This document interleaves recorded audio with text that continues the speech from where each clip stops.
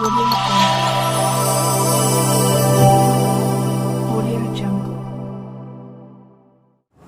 Hello बच्चों, आज हम लोग पढ़ेंगे किशोरावस्था की ओर। इससे पहले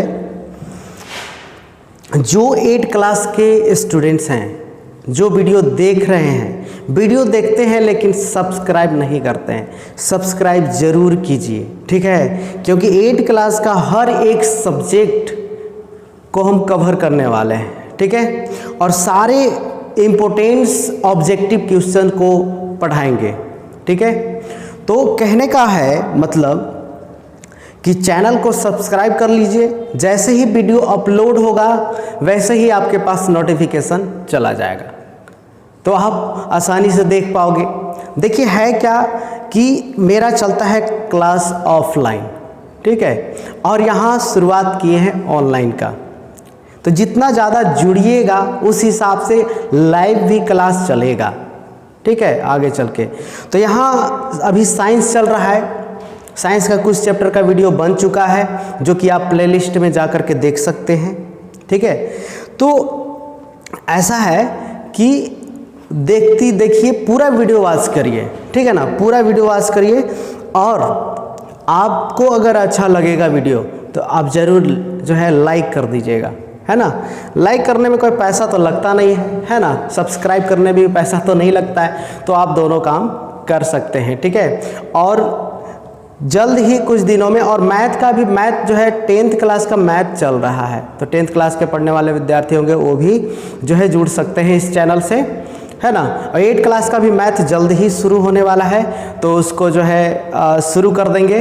मैथ भी होगा, सोशल साइंस भी होगा, तो सारे सब्जेक्ट जो है 8 क्लास के शुरू होने वाले हैं। तो सारे बच्चे क्या करेंगे, जुड़ जाएंगे इस चैनल से और जो है लुत्फ़ उठाएंगे। फ्री है, कोई दिक्कत नहीं है, टेंशन नहीं लेना है, ठीक है?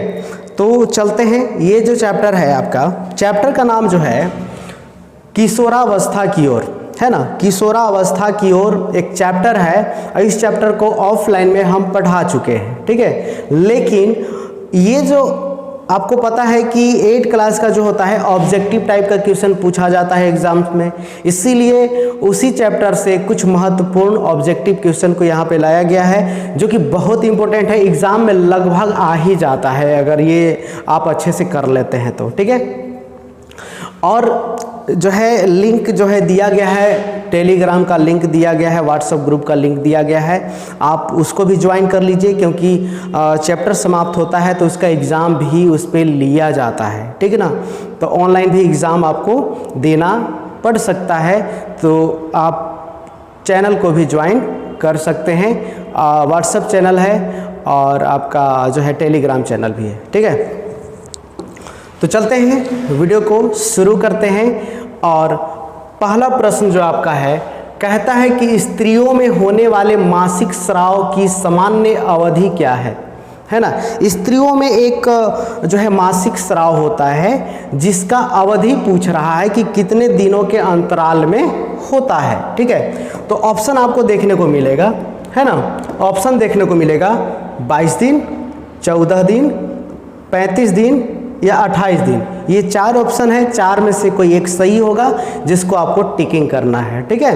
तो इसका सही जवाब जो है आप कमेंट बॉक्स में भी दे सकते हैं। तो इसका सही जवाब आपका है 28 दिन, ठीक ना? क्या है? 28 दिन, डी ऑप्शन सही है, जो कि स्त्रियों में होने वाले मासिक स्राव जो होता है वो 28 दिन के अंतराल में होता है, ठीक है?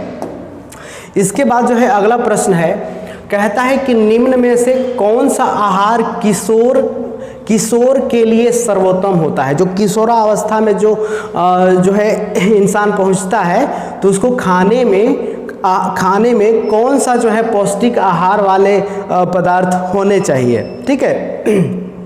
तो ऑप्शन आप देखेंगे, ऑप्शन आपको देखने को मिल रहा है चिप्स या नूडल्स, रोटी सब्जी दाल चावल, या नूडल्स बर्गर, या चिप्स तथा लेमन जूस। आजकल के तो बच्चे लोग ज़्यादा जो है चिप्स नूडल पर ज़्यादा जो है ध्यान देते हैं और इसको चाव से खाते, खूब जो है पैसा खर्चा करते हैं, लेकिन ये आपके लिए फ़ायदेमंद एकदम नहीं है, ठीक है? चिप्स और नूडल्स जो है खाना ही नहीं चाहिए, ठीक ठीक है। नूडल्स और बर्गर ये भी आपको खाने मतलब कि इससे पौष्टिक आहार ये है ही नहीं, आपको नुकसान पहुंचाएगा। जो स्वाद के लिए अगर खाते हैं हल्का फुल्का तो वो कोई दिक्कत नहीं है, लेकिन इसको बराबर आपको खाने से आपके शरीर को नुकसान हो सकता है। चिप्स तथा लेमन जूस, देखिए लेमन जूस तो ठीक है, लेकिन ये जो है पौष्टिक आहार इससे नहीं मिलेगा, एनर्जी मिलेगा, ठीक है, तो ये भी सही नहीं है। तो इस जो बी ऑप्शन है रोटी सब्जी दाल चावल, ये जो है एक प्रकार से कही तो फेवरेट है ना।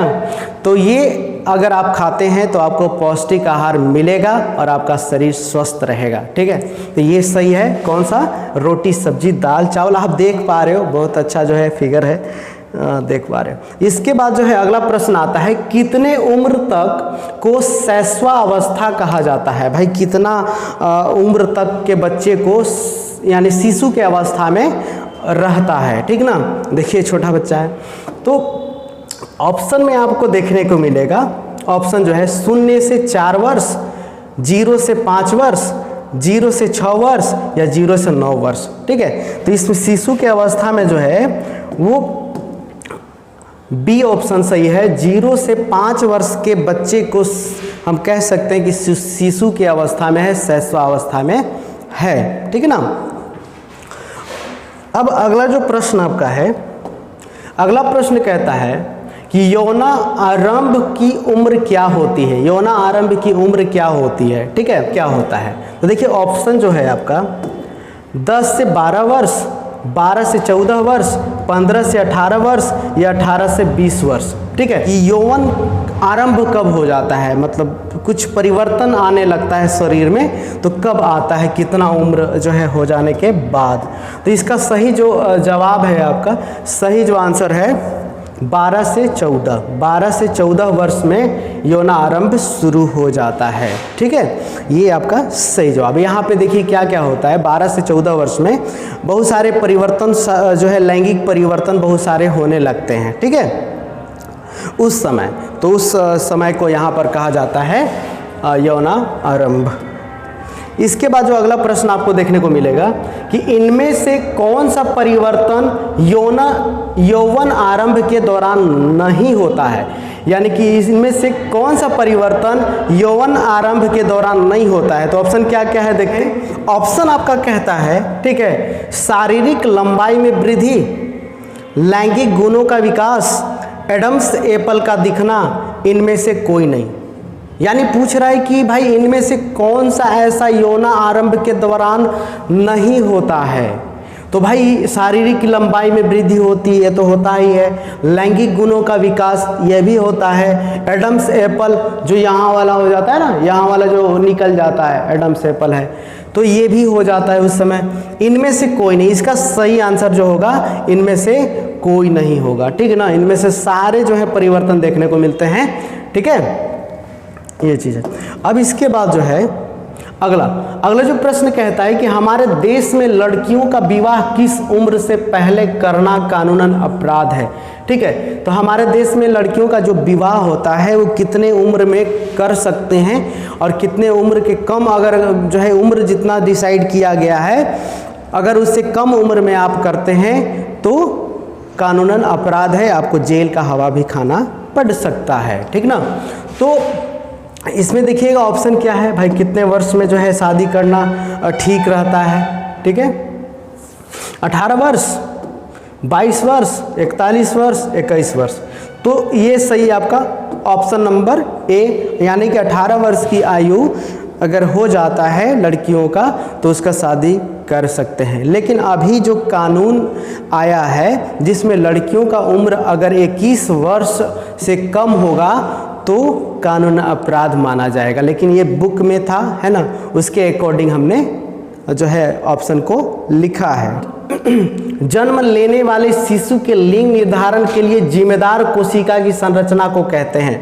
मतलब देखिए कहा जा रहा है कि जन्म लेने वाले शिशु के लिंग निर्धारण के लिए जिम्मेवार कोशिका की संरचना को कहते हैं। कोशिका के कौन से संरचना को जो है कहते हैं लिंग निर्धारण, ठीक है। तो ऑप्शन देखिएगा, ऑप्शन कहता है कोशिका द्रव्य, केंद्रक, प्लाज्मा झिल्ली या गुणसूत्र। तो इनमें कौन सा कोशिका का ऐसा भाग है जिसके वजह से जो है जन्म लेने वाला बच्चा का लिंग निर्धारण होता है? तो इसका सही आंसर हो जाएगा आपका डी ऑप्शन सही है, गुणसूत्र।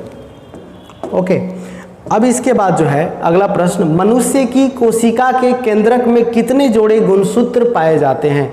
देखिए पूछा जा रहा है कि मनुष्य की कोशिका के केंद्रक में कितने जोड़े गुणसूत्र पाए जाते हैं। तो केंद्रक में कितना गुणसूत्र पाए जाते हैं, कितने जोड़े? तो ये देखिए ऑप्शन है 21, 23, 25, 35। तो इसका सही आंसर हो जाएगा बी, यानी कि 23 होते हैं, यानी कि 23 जोड़े गुणसूत्र पाए जाते हैं। ठीक है, मनुष्य के यानी मनुष्य में। तो अगला जो प्रश्न है, निम्न में से कौन सा गुणसूत्र शिशु का लिंग निर्धारण करता है? तो आप गुणसूत्र दिखाएंगे, आपको पता है कि गुणसूत्र जो होता है, अगर यहाँ पे हम देखें तो गुणसूत्र जो होता है वो एक होता है। अगर यहाँ पे फीमेल की बात करें, है ना, फीमेल की बात करें तो फीमेल का जो होता है एक्स और एक्स होता है, और मेल का जो होता है ना, यानी कि पुरुष का एक्स और वाई होता है। ठीक है, ये दो तरह के जो है क्रोमोसोम यानी गुणसूत्र पाए जाते हैं। ठीक, अब इसमें पूछा जा रहा है कि भाई निम्न में से कौन सा गुणसूत्र शिशु का लिंग निर्धारण करता है?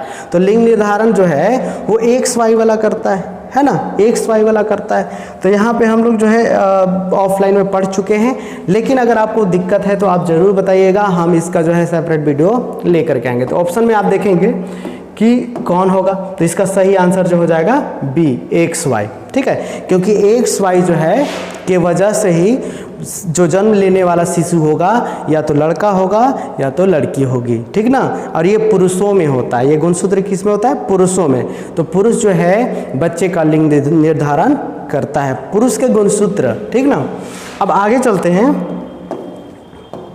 अगला जो प्रश्न है, ऋतुस्राव कितने दिनों के अंतराल पर होता है? देखो ऋतुस्राव चक्र जो होता है कितने दिनों के अंतराल पर होता है, ये आप लोगों से पूछा जा रहा है। तो देखिए ऑप्शन क्या है, 15 से 20 दिन, 20 से 25 दिन, 25 से 28 दिन, 28 से 30 दिन, ये पूछा जा रहा है।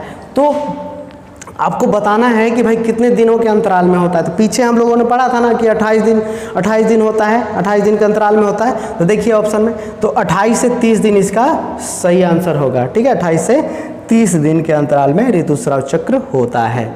इसके बाद देखिए, स्त्रियों में जनन युग का प्रारंभ वह समय होता है। देखिए पूछा जा रहा है कि स्त्रियों में जनन युग का प्रारंभ वह समय होता है, मतलब कि स्त्री जो है जनन गुण जो है प्राप्त किस समय में करती है, उसको क्या कहा जाता है?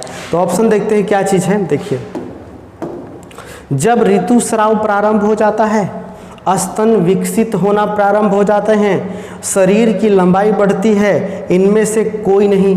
इसका ऑप्शन क्या होना चाहिए? तो देखो, ऋतुस्राव चक्र के प्रारंभ होते ही जो है प्रारंभ होते ही स्त्रियों में जनन युग का प्रारंभ हो जाता है। ठीक ना, ऋतुस्राव चक्र प्रारंभ होते ही।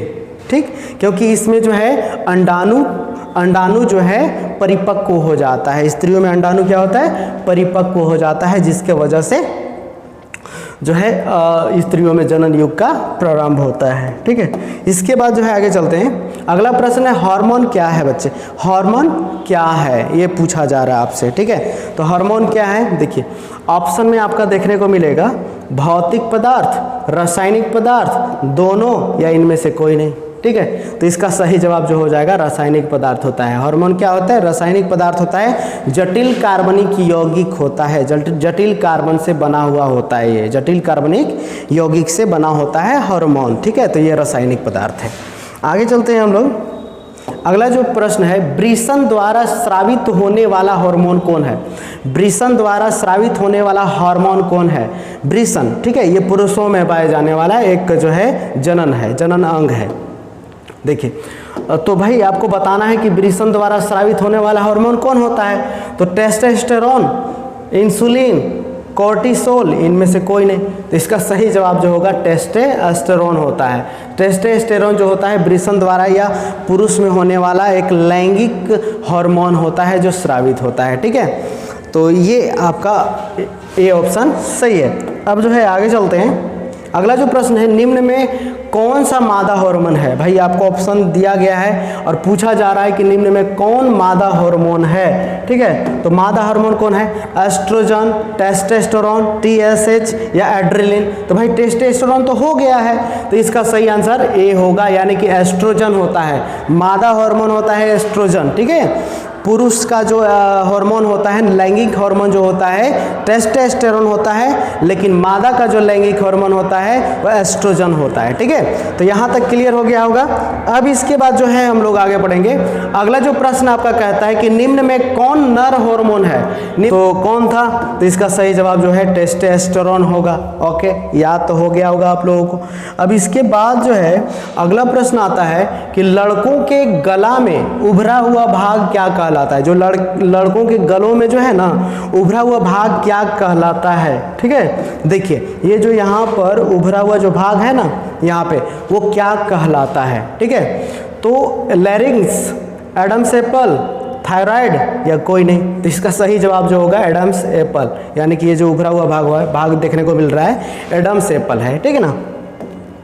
अब इसके बाद जो अगला प्रश्न है, यौवन आरंभ के साथ ही पुरुष हार्मोन स्रावित होता है, उसे क्या कहते हैं। देखिए जैसे ही यौवन आरंभ होता है तो पुरुषों से एक हार्मोन स्रावित होता है, उस हार्मोन को क्या कहा जाता है, ये पूछा जा रहा है। तो देखिए पुरुषों में होने जो है लैंगिक हार्मोन जो होता है, आपको अभी बता चुके हैं। ठीक है ना, बार बार ये प्रश्न आ रहा है तो याद ही हो गया होगा और एग्जाम में लगता है कि ये भी आ जाएगा। तो टेस्टोस्टेरोन आपका सही आंसर होने वाला है, और एस्ट्रोजन जो होता है वो मादा में होता है। ठीक है ना, स्त्री में। तो ये चीज़ है। अगला जो प्रश्न आपको देखने को मिलेगा, किशोरावस्था की उम्र है। भाई किशोरावस्था का उम्र कितने उम्र को कहा जाता है। तो ऑप्शन आपको देखने को मिलेगा, किशोरावस्था 0 से 6 वर्ष, 6 से 10 वर्ष, 11 से 19 वर्ष या कोई नहीं। तो इसका सही आंसर हो जाएगा 11 से 19 वर्ष होता है, जो कि किशोरावस्था कहा जाता है। ठीक है ना। अब इसके बाद जो है आगे चलते हैं। अगला जो प्रश्न आपका है, इंसुलिन की कमी के कारण क्या होता है। भाई इंसुलिन की कमी के कारण क्या होता है। तो इंसुलिन अगर मान लीजिए शरीर से कम अगर स्रावित होगा तो भाई उससे क्या होगा। ठीक है ना। इंसुलिन जो होता है आप देख सकते हैं पेनक्रियाज से जो है स्रावित होता है इंसुलिन। ठीक, और इंसुलिन क्या करता है कि हमारे शरीर में शर्करा यानी मीठापन, शर्करा के मात्रा को नियंत्रित करता है। अगर ये कहीं नहीं स्रावित होगा तो हमें मधुमेह हो जाएगा। क्या हो जाएगा? मधुमेह हो जाएगा, डायबिटीज़ हो जाएगा। तो इसका सही आंसर जो होगा बी ऑप्शन मधुमेह, यानी कि मधुमेह हो सकता है इंसुलिन की कमी के कारण। अब इसके बाद जो है चलते हैं, पीड़ित व्यक्ति से स्वस्थ व्यक्ति में एड्स कैसे फैलता है। देखिए पीड़ित व्यक्ति है, कोई एड्स पीड़ित व्यक्ति है और दूसरे व्यक्ति में फैल सकता है। कैसे फैल सकता है, क्या ऐसा होता है कि फैल सकता है। ठीक है, तो ऑप्शन आपको देखने को मिल रहा है। ऑप्शन है भोजन साझा करने से, मतलब साथ भोजन करने से, कंघी साझा करने से, मतलब उसका कंघी यूज कर सकते हैं, मच्छर के काटने से या खून चढ़ाने से। ठीक है, तो किससे हो सकता है। तो इसका सही जवाब जो है खून चढ़ाने से। ठीक है ना, इसका सही जवाब क्या होगा? खून चढ़ाने से जो है एड्स हो सकता है। पीड़ित व्यक्ति, अगर पीड़ित व्यक्ति, देखिए पीड़ित व्यक्ति का ब्लड अगर दूसरे में चढ़ा दिया जाए तो उसको भी हो सकता है। ठीक है ना, ये चीज़ याद रखिएगा। तो आज जो ये आपका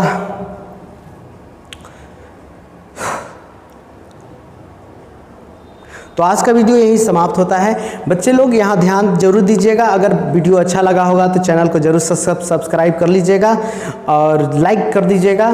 ठीक है, और कमेंट में ज़रूर बताइएगा कि वीडियो कैसा लगा। ठीक है, ज़रूर बताइएगा, जिससे कि आप अगर अच्छा कमेंट करते हैं तो आपके लिए और भी बहुत बेहतरीन वीडियो लेकर के आऊँगा और जो है आपको अच्छा नंबर लाने में सहायता करेंगे। जो आपका फाइनल एग्ज़ाम होगा उसमें बहुत ही अच्छा नंबर और अपने क्लास में आप टॉप करेंगे, ऐसा जो है पढ़ाई करवाया जाएगा यहाँ पे। और आपको बस क्या करना है, इस चैनल से जुड़ जाना है। ठीक ना। यस, तो ठीक है, धन्यवाद। मिलते हैं फिर नेक्स्ट वीडियो में। जय हिंद, जय भारत।